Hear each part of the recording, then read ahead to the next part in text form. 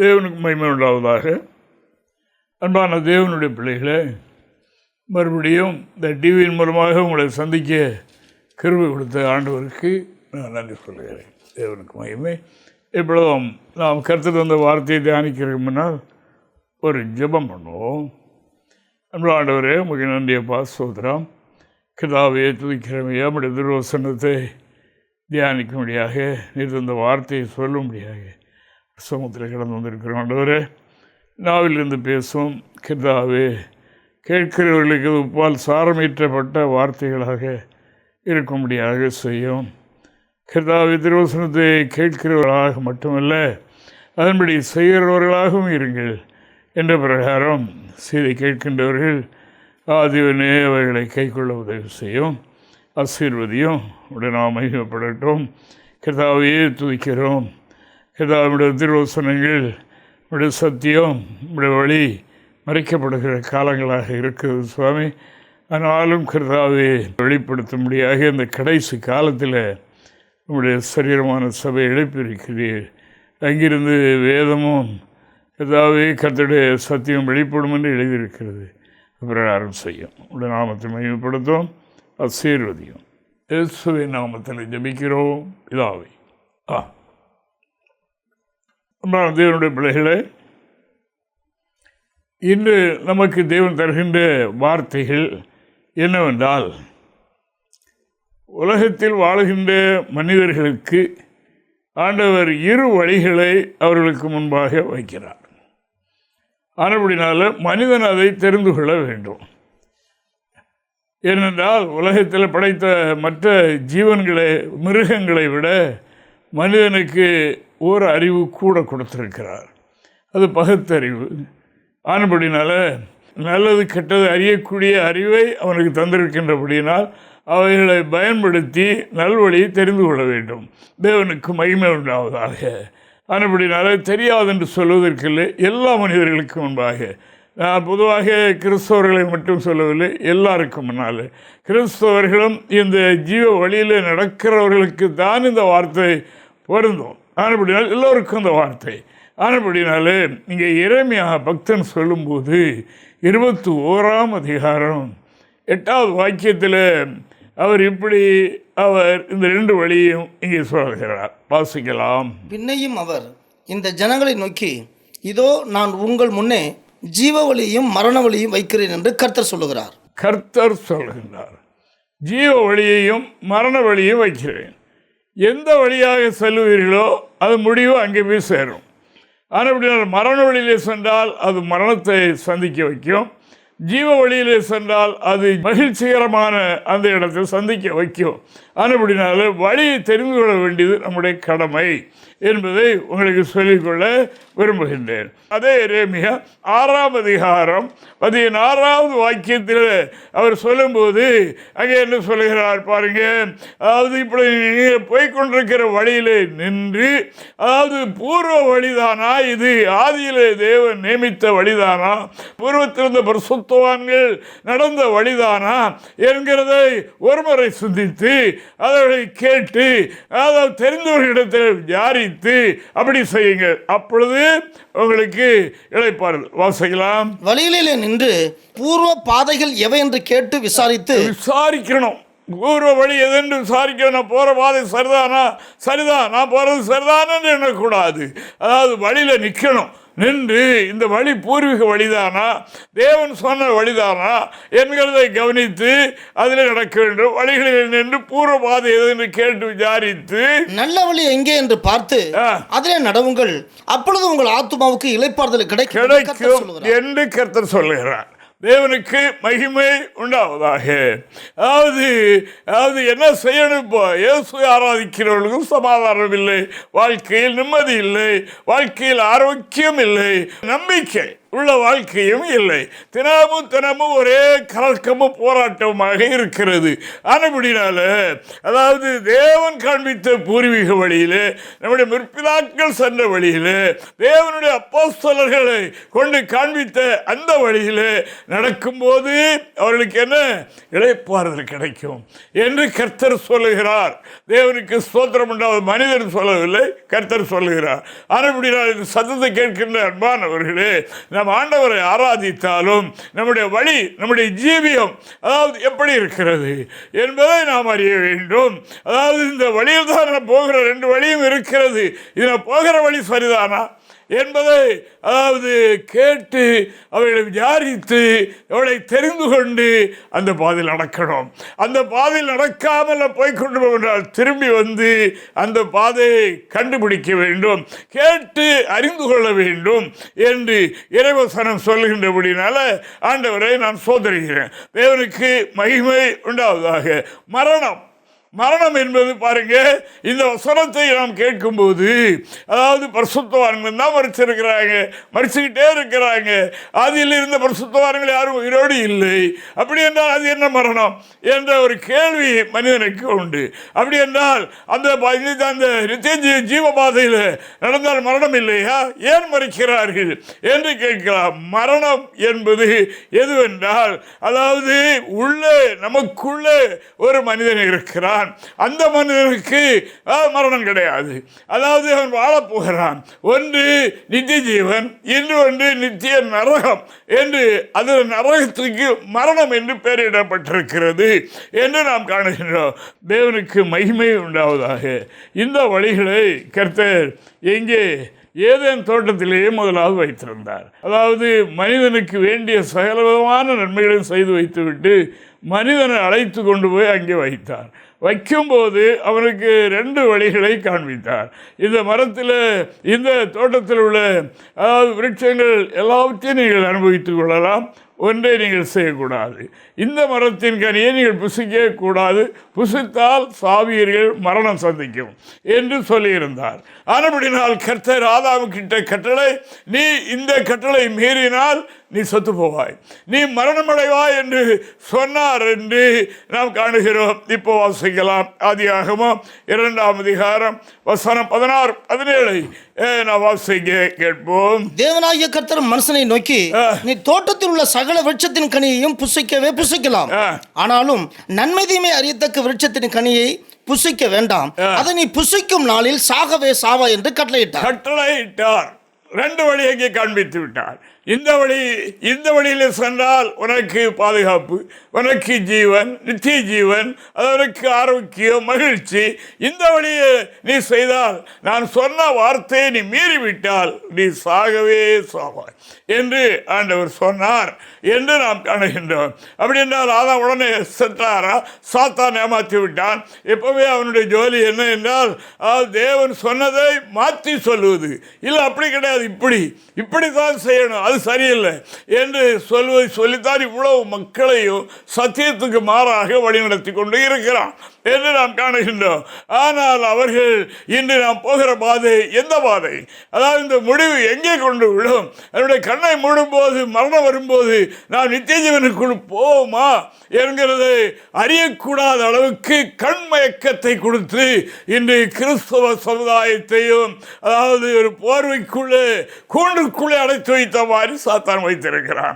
ஆண்டவர் சொன்னார், அதை செய்யாதே, அதை செய்தால் நான் சொல்லுகிற இந்த வார்த்தையை கவனி, அதற்கு மாறாய் செய்யாதே என்று சொன்னார். சாத்தான் அதை செய்ய வைத்தான். இந்த மனிதன் அதுக்கு கீழ்ப்படிந்தான், தேவனுடைய வார்த்தையை மீறி அதாவது தனக்கு முன்னால் வைத்திருக்கிற ஜீவபாதை விட்டு அந்த மரண பாதைக்கு நேராக அவன் செல்ல தீவிரித்தான்.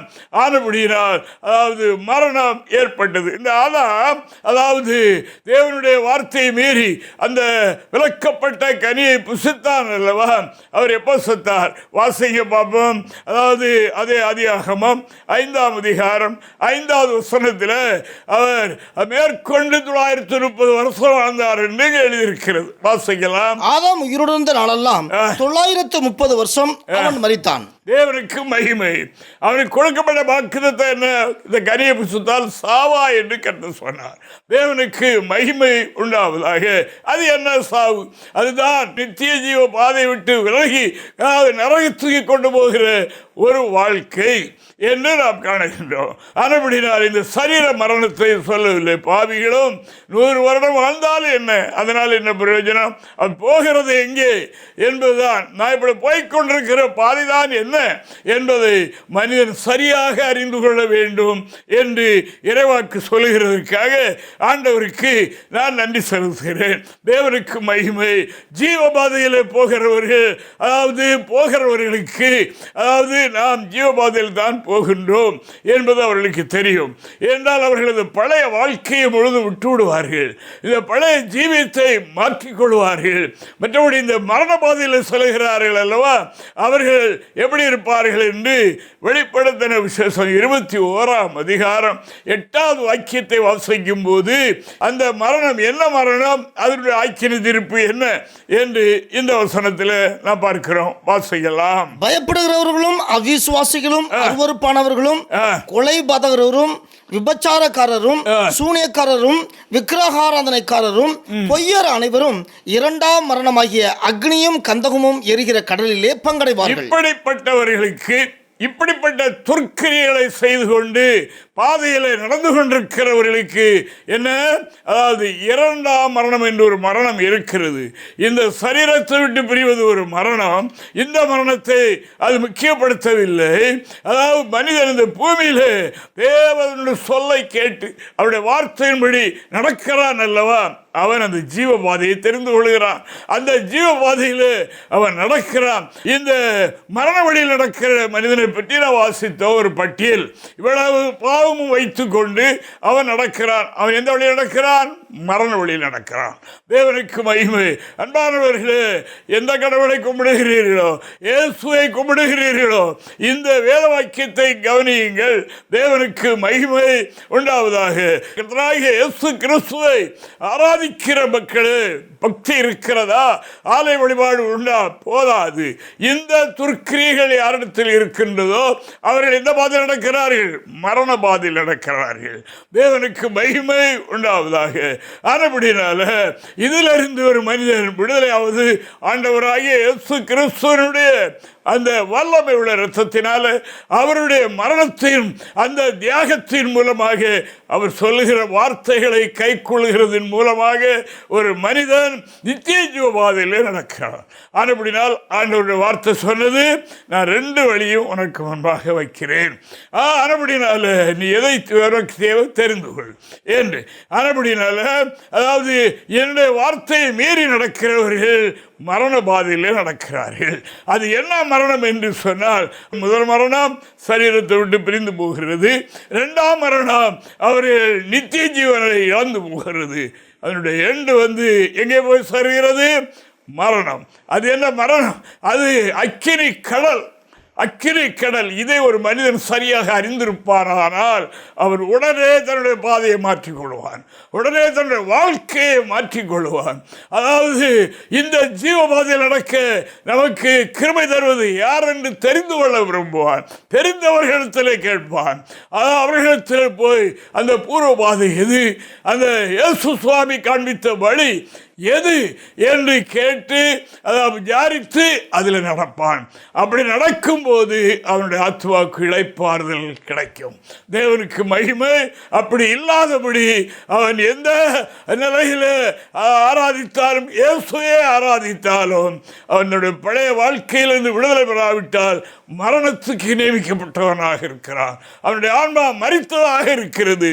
முடிவு மகா பெரிய பயங்கரமாக இருக்கும். பெரும்பாலும் மனிதர்கள் எப்பொழுதுமே தங்களுடைய மாம்சம் விரும்புகிற வழியைத்தான் அவர்களும் தெரிந்து கொள்கின்றார்கள்.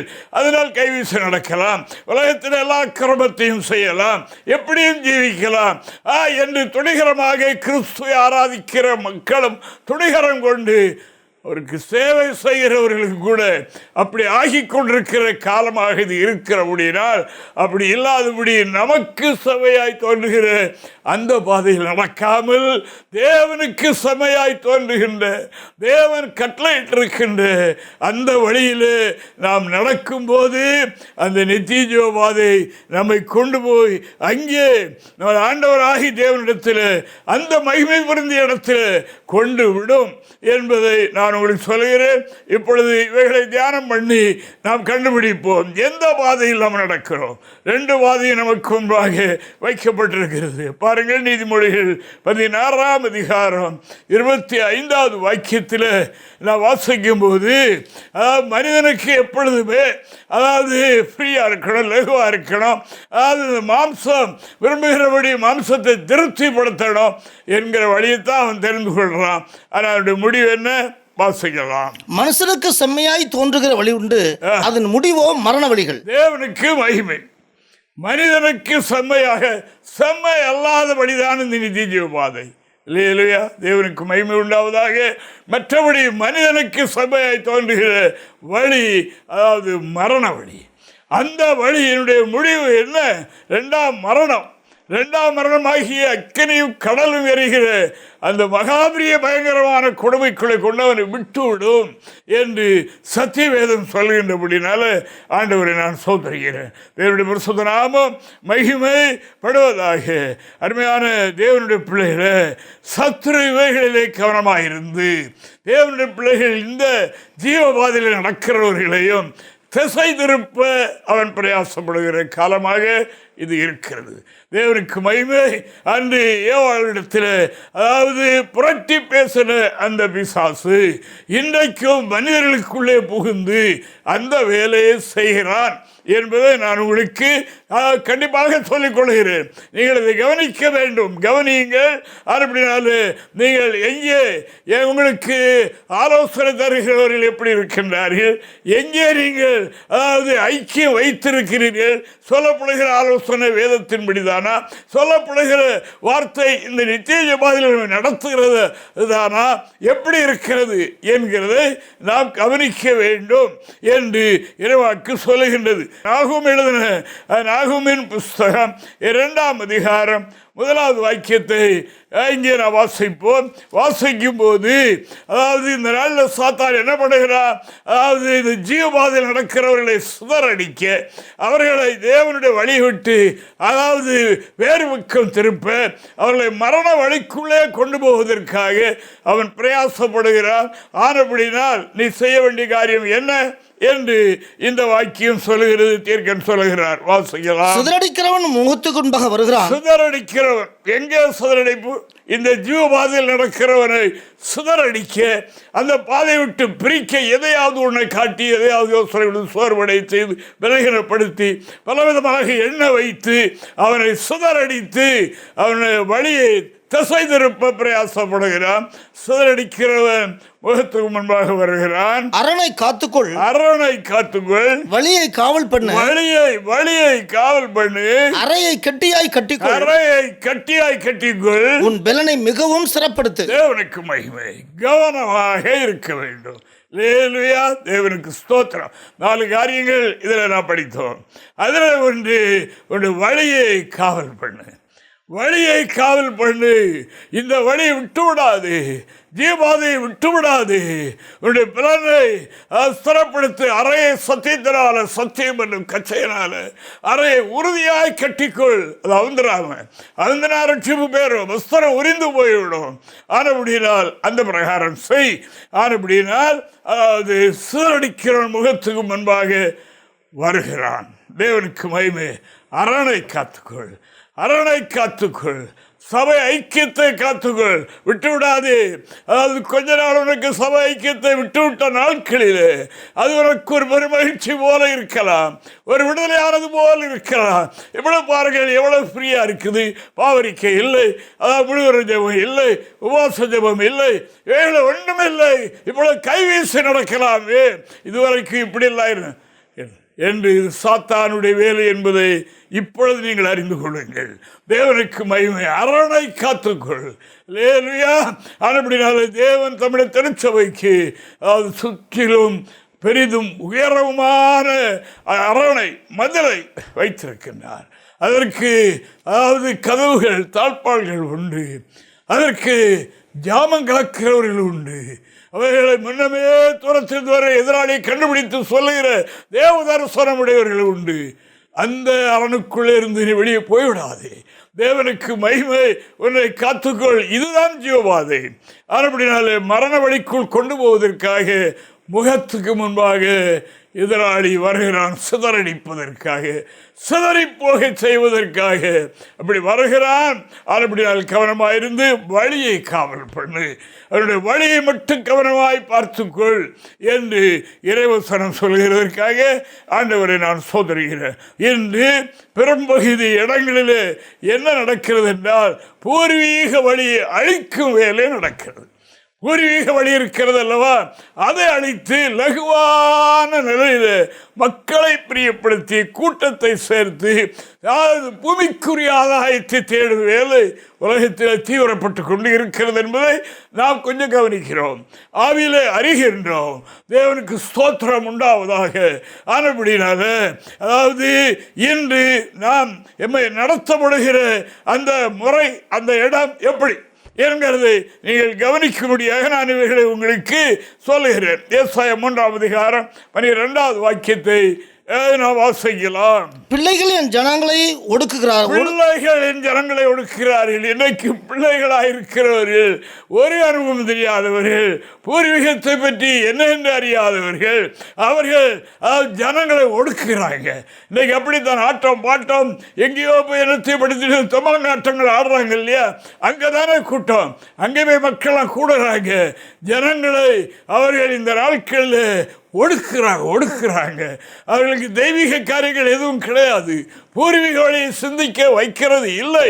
ஆனபடினால பிள்ளைகள் அவர்களை ஒடுக்குகிறார்கள். பிள்ளைகள் என் ஜனங்களை ஒடுக்கிறவர்களாக இருக்கிறார்கள். ஸ்திரீகள் அவர்களை ஆளுகிறார்கள்.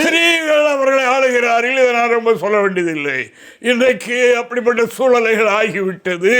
அப்போஸ்தலர்கள் எழுதும்போது கண்டிப்பாக எழுதியிருக்கிறார்கள், தேவனுக்கு மகிமை போதிக்கவும் புருஷன் மேல் அதிகாரம் செலுத்தவும் ஸ்திரீகளுக்கு நான் உத்தரவு கொடுக்கிறது இல்லை என்று சொல்லுகின்றார். உங்களுக்கு ஏதாவது கேட்க வேண்டும் என்றால் கூட வீட்டில் போய் ஒரு புருஷமாற்ற கேட்டுக்கிடுங்க என்றெல்லாம் ரொம்ப அவர்கள் ரொம்ப மென்மையானவர்கள், ரொம்ப அருமையானவர்கள், ரொம்ப கவனமாக இருக்க வேண்டியவர்கள். ஆனால் ஸ்திரீகள் அவர்களை ஆளுகின்றார்கள். என் ஜனமே உன்னை நடத்துகிறவர்கள் உன்னை மோசம் போக்கி. என்னுடைய ஜனமே உன்னை நடத்துகிறவர்கள் உன்னை மோசம் போக்கி. எப்படி இருங்க பிரதர், எப்படி இருங்க சிஸ்டர், கோயிலுக்கு மட்டும் வந்து போங்க, அவ்வளவுதான். அப்படி போல நடத்துகிறவர்கள் ஜனங்களை எப்படி நடத்துகிறார்கள், எங்கே நடத்துகிறார்கள் என்று நான் பார்க்கிற காரியம், பூர்வீக வழியை பார்க்க வேண்டும், ஆதி வழியை பார்க்க வேண்டும். தேவனுக்கு மகிமை. ஆனபடினால் அந்த வழியிலே நடந்தால்தான் இளைப்பாறுதல். வாசிங்க. நீ நடக்க வேண்டிய வழியை அழித்து போடுகிறார்கள். தேவனுக்கு மகிமை. நடக்க வேண்டிய வழி, பூர்வீக வழி, இவைகளை அழிக்கிற வேலை நடக்கிறது. தேவனுக்கு மகிமை உண்டாவதாக. பெரிய ஆட்களாக இருக்கிறதுனால சிறிய ஆட்கள் போய் கேட்குறாங்க, ஐயா இந்த காரியம் செய்ய முடியுமா? இப்போ ஒரு 50 பேர் வந்தால் கால் கழுவி திருவிழா கொடுக்கலாம். 100 பேர் வந்தால், அப்படியே கூடிய 1000 வந்து விட்டால், லட்சம் வந்து விட்டால், அப்போ பாவம் பிரதர் அப்படின்றா அது இது ஒரு முக்கியம் இல்லை, அது ஒரு முக்கியம் இல்லை, அதை அப்படியே விட்டுருங்க. அதில் அதை பற்றி அது கால்களை வருது ஒரு சாதாரண காரியம், சடங்காச்சாரம் என்ற முறையில் போதனைகள் இன்று நடக்கிறது. தேவனுக்கு மகிமை. அது கேள்வி எப்படித்தான் அவ்வளோ பேர் வந்துட்டா, ஏன் 1,00,000 2,00,000 வந்தாலும் கல்யாண வீட்டில் கைகளோ கால்களோ தண்ணி கொடுக்கலையா? தேவனுக்கு மகிமை. ஆனபடியினால் அன்பானவர்களே கவனியுங்கள். ஜீவ வழியும் மரண வழியும் வைக்கிறேன். ஜீவ வழி என்றால் என்ன? இயேசு காண்பித்த, தேவன் காண்பித்த, ஆதியிலே தேவன் காண்பித்த வழியை விட்டு விடாமல் இருப்பது என்று இறைவசனம் சொல்கிறதுக்காக ஆண்டவரை நான் சோதரிக்கிறேன். என்னுடைய ஜனமே உன்னை நடத்துகிறவர்கள் நீ நடக்க வேண்டிய வழியை காண்பிக்காமல் இருக்கிற வழியை அழிக்கிறாங்க. அழிக்கிற வேலை இப்பொழுது நடக்கிறது. அதுபடியால் கவனமாயிருந்து உன்னுடைய வழியை காவல் பண்ணு. தேவனுக்கு மகிமை. ஜீவ வழியை விட்டு சிதறடிக்க எதிராளி சுற்றித் திரிகிறான், முகத்துக்கு முன்பாக வருகிறான். அனுதினமனுக்குள்ளே பல கேள்விகளை சோர்வுகளை கொண்டு வருகிறான். அது அவனுடைய சிதறடிக்க அவன் தொடங்கி இருக்கிற வேலை. அதற்கு இடம் கொடுத்து விடாது. தேவனுக்கு மகிமை. நீ இருக்கிற அரணை விட்டு விடாது. உனக்கு கொடுக்கப்பட்டிருக்கிற அருமையான சத்தியம், உனக்கு அருமையான சத்தியம் அந்த அரண் தான். தேவனுக்கு மகிமை. அல்லேலூயா. ரட்சிப்பையே அதற்கு அரணாக கொடுத்தார் என்று எழுதியிருக்கிறது.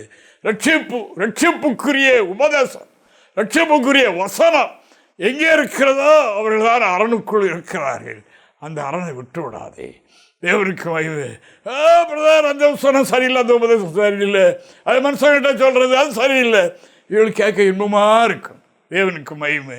இப்போ எந்த வாதத்தை சொல்லிட்டு தூங்க போகும்போது ஆண்டவரேன்னு சொல்லிட்டு விழுந்துடலாம்ல. இப்போ இல்லைன்றால் இது ஒரு சிறு காரியமானாலும் அறிக்கை செய்யாமல் தூக்கம் வராது. அப்படிப்பட்ட ஒரு அரணை விட்டு வெளியே போய்விடாது. தேவனுக்கு மகிமை உண்டாவதாக என்று தேவனுடைய திருவசனம் சொல்லுகின்றது. இயேசு சுவாமி சொன்னார். அதாவது யோவான் 14ஆம் அதிகாரம் 6வது வாக்கியத்தில் இயேசு சுவாமி என்ன சொல்லுகிறார் பாருங்க, வாசிப்போம். நானே வழியும் சத்தியமும் ஜீவனுமாய் இருக்கிறேன், என்னை இல்லாமல் ஒருவனும் பிதாவிடத்தில் வரான். தேவனுக்கு மகிமை. நானே வழியும் சத்தியமும் ஜீவனுமாய் இருக்கிறேன். முழுகி ஞானஸ்தானம் பெற்றார் குறிக்கப்பட்ட வயதில் 10ஆவதில். இன்றைக்கு ஆலயங்களுக்குள்ளே தொட்டியை வைத்து அதில் தண்ணி வைத்து பிள்ளைகளை கொண்டு போய் தண்ணி தெளித்து விடுகிறார்கள். ஞானஸ்தானம் என்று சொல்லுகிறார்கள். பூர்வீக வழி அழிக்கப்பட்டு போய்விட்டது. உபதேசமெல்லாம் மாறிப்போய்கொண்டே இருக்கிறது. ஆனபடியினால் ஆண்டவர் சொன்னார், நான் தான் வழி, என்னை பாருங்கள். முழுகி ஞானஸ்தானம் பெற்றேன், பரிசுத்தாய் பெற்றேன், திருவிருந்து நடத்தினேன்.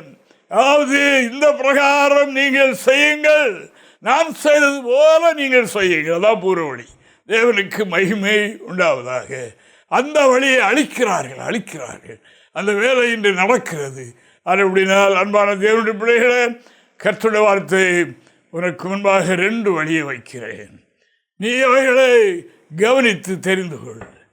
இது ஜீவ பாதைதானா என்பதை போகிற வழியிலே நீ அப்படியே போய்கொண்டிருக்காதபடி கொஞ்சம் வேதத்துக்கு ஒப்பிட்டு இந்த வழி சரிதானா என்று நின்று வழிகளிலே நின்று பூர்வ வழி எதையென்று பார்த்து கேட்டு விசாரித்து அதற்கு பிறகு நட. இல்லாவிட்டால் இந்த ஜீவ வழிக்குள் பழையபடி வந்துவிடு என்று கர்த்தருடைய வார்த்தை சொல்லுகிறதற்காக ஆண்டவருக்கு நான் நன்றி சொல்கின்றேன். தேவனுக்கு மகிமை உண்டாவதாக. அன்பான தேவனுடைய பிள்ளைகளே, கேட்கிற வார்த்தையை மனதில் கொள்ளுங்கள். சுருக்கமான வார்த்தை, 2 வழி. நான் போகிற வழி என்ன? அப்படி தவறிவிட்டால் மரணம் ஆயத்தமாக இருக்கிறது. அது 2வது மரணம். அந்த மரணம் அக்கினி கடல். 1 நாள் 2 நாள் அல்ல, அது சதாகாலமும் பாதிக்கப்படுகிற ஒரு இடம். அது மனிதனால் சகிக்க முடியாது. அறுபடினால் கர்த்தராகிய தேவன் இவைகளை அறிந்து நமக்கு வலியுறுத்தி சொல்லுகின்றார். நான் போகிற பாதை சரிதானா? 2ஐயும் உன் முன்னால் வைக்கிறேன். உனக்கு நான் அறிவை ஞானத்தையும் கொடுத்திருக்கிறேன், வேதத்தை கொடுத்திருக்கிறேன். இவைகளை ஒப்பிட்டு கண்டுபிடித்து போகிற பாதை சரியில்லை என்றால், உன்னுடைய ஜீவியம் அதற்கு ஒத்து இல்லாவிட்டால் மாற்றிக்கொண்டு இது ஜீவ பாதைக்குள் வந்துவிடு என்று ஆண்டவர் அழைக்கிறார். ஆனபடினால் நாம் இந்த நித்திய ஜீவபாதை விட்டு விடாதபடி இப்பொழுதே வழியில் நிற்போம். இப்படி நான் போகிறது சரிதானா? போகிற பாதை சரிதானா? ஐக்கியம் சரிதானா? நடத்துகிறவர்கள் சத்தியத்தை போதிக்கிறார்களா, அழிக்கிறார்களா என்கிறதை கவனித்து அதற்குரிய வழியை தேடி நாம் நித்திய ஜீவனை சுதந்திரித்துக் கொள்ள கர்த்தர் நமக்கு அனுக்கிரகம் செய்வாராக. கர்த்தர் இந்த வார்த்தைகளை ஆசீர்வதிப்பார். ஆமென். Praise the Lord. நம்மளோட ஆண்டவரே ஸ்தோத்திரப்பா. அருமையான ஆண்டவரே, உமக்கு நன்றி. இந்த வார்த்தைகளை சொன்ன சுவாமி, அநேகர் கேட்டிருக்கிறதற்காக நன்றி. அநேகருக்கு கர்த்தா இந்த வார்த்தையை உணர்வு ஊட்டியிருக்கிறதற்காக நன்றி. ஆமென். கர்த்தாவே, தேவனே சுதிக்கிறையா. அநேக முயற்சிகள் பண்ணினாலும் பூர்வ வழியை விட்டுவிட்டால் பிரயோஜனம் இல்லை என்பதை அவர்கள் உணர்ந்து பூர்வீக வழி எங்கே என்று நின்று அவைகளை கேட்டு அவைகளை விசாரித்து அவைகளை தெரிந்து கொண்டு அந்த வழியில் நடந்து நித்திய ஜீவனை பெற்றுக்கொள்ளட்டும். கர்த்தர் கிருபை செய்வராக. ஆசீர்வதியும் சுவாமி. இந்த வார்த்தைகள் மூலமாக அநேக நித்திய ஜீவனை அடைவதற்கு நாங்கள் விரும்புகின்றோம். கர்த்தர் பிரதான காரியங்களை செய்யும் ஏற்றுக்கொள்வோம். இயேசுவின் நாமத்தில் ஜெபிக்கிறோம் பிதாவே. ஆமென். ஆமென்.